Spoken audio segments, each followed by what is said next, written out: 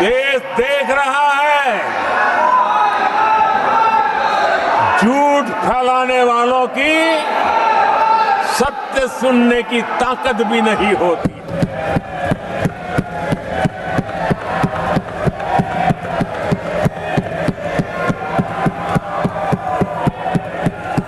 जिनका सत्य से मुकाबला करना, इसके लिए जिनके हौसले नहीं है,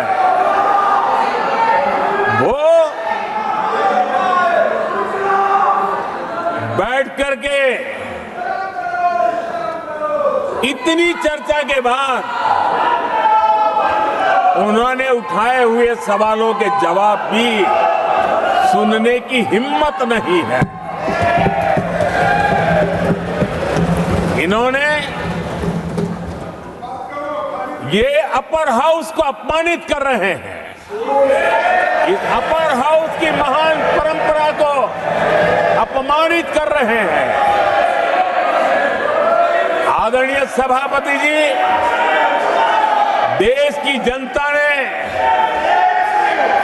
हर प्रकार से उनको इतना पराजित कर दिया है कि अब उनके पास गली मोहल्ले में चीखने के सिवाय कुछ बचा नहीं।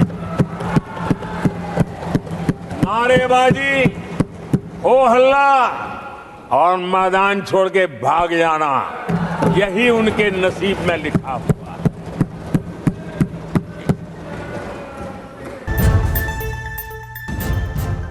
सत्ता पक्ष की बात सुनो जब आपने अपनी पूरी बात कह दी।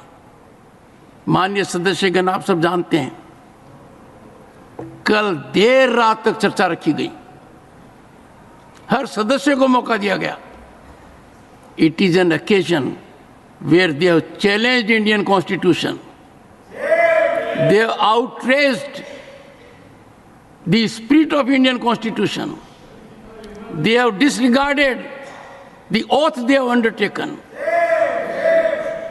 मैं इस कुर्सी पर बैठकर इतना दुखी हूं कि भारत के संविधान का इतना बड़ा अपमान, इतना बड़ा मजाक। भारत का संविधान हाथ में रखने की किताब नहीं है, जीने की किताब है। मैं आशा करता हूं कि वो आत्मचिंतन करेंगे, मंथन करेंगे, अपने दिल को टटोलेंगे और कर्तव्य पर आएंगे। माननीय प्रधानमंत्री जी,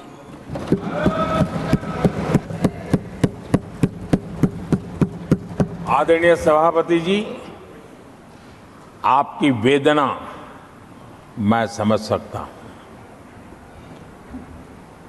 140 करोड़ देशवासियों ने जो निर्णय दिया है, जो जनादेश दिया है, इसे ये पचा नहीं पा रहे हैं।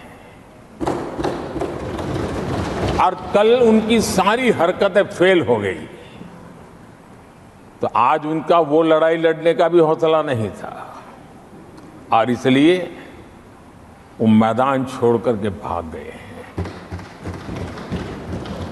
आदरणीय सभापति जी, मैं तो कर्तव्य से बंधा हुआ हूं और न ही मैं यहां कोई डिबेट पे स्कोर करने के लिए आया हूं। मैं तो देश का सेवक हूं, देशवासियों को मेरा हिसाब है। देश की जनता को मेरे पल पल का हिसाब देना, मैं उसे अपना कर्तव्य मानता हूं।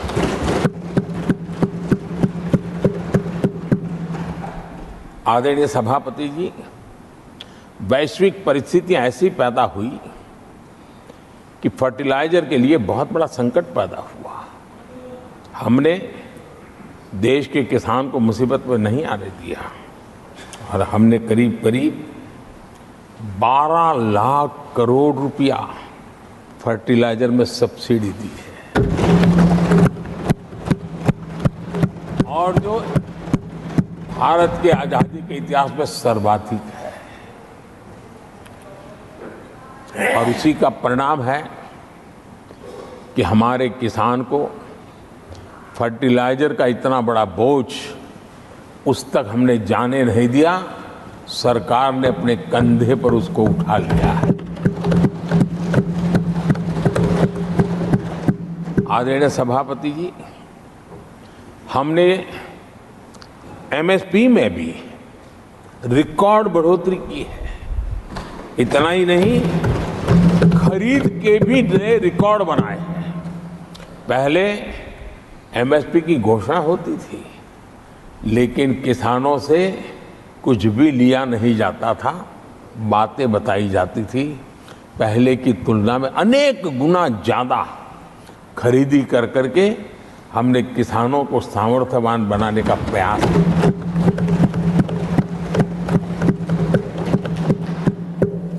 आदरणीय सभापति जी, 10 वर्षों में हमने कांग्रेस सरकार की तुलना में धान और गेहूं किसानों तक 2.5 गुना अधिक पैसा पहुंचाया और हम आने वाले 5 साल सिर्फ इसी का इंक्रीमेंटल वृद्धि करके रुकना नहीं चाहते। हम नए नए क्षेत्रों को, उन कठिनाइयों का अध्ययन करके उसकी मुक्ति के लिए प्रयास कर रहे हैं। और इसलिए आदरणीय सभापति जी, अन्न भंडारण का विश्व का सबसे बड़ा अभियान हमने हाथ लिया है और लाखों की तादाद में विकेंद्रित व्यवस्था के तहत अन्न भंडारणों की रचना करने की दिशा में काम चल पड़ा है। फल और सब्जी एक ऐसा क्षेत्र है, हम चाहते हैं किसान उस तरफ मुड़े और उसके भंडारण के लिए भी एक व्यापक इंफ्रास्ट्रक्चर की दिशा में हम काम कर रहे हैं।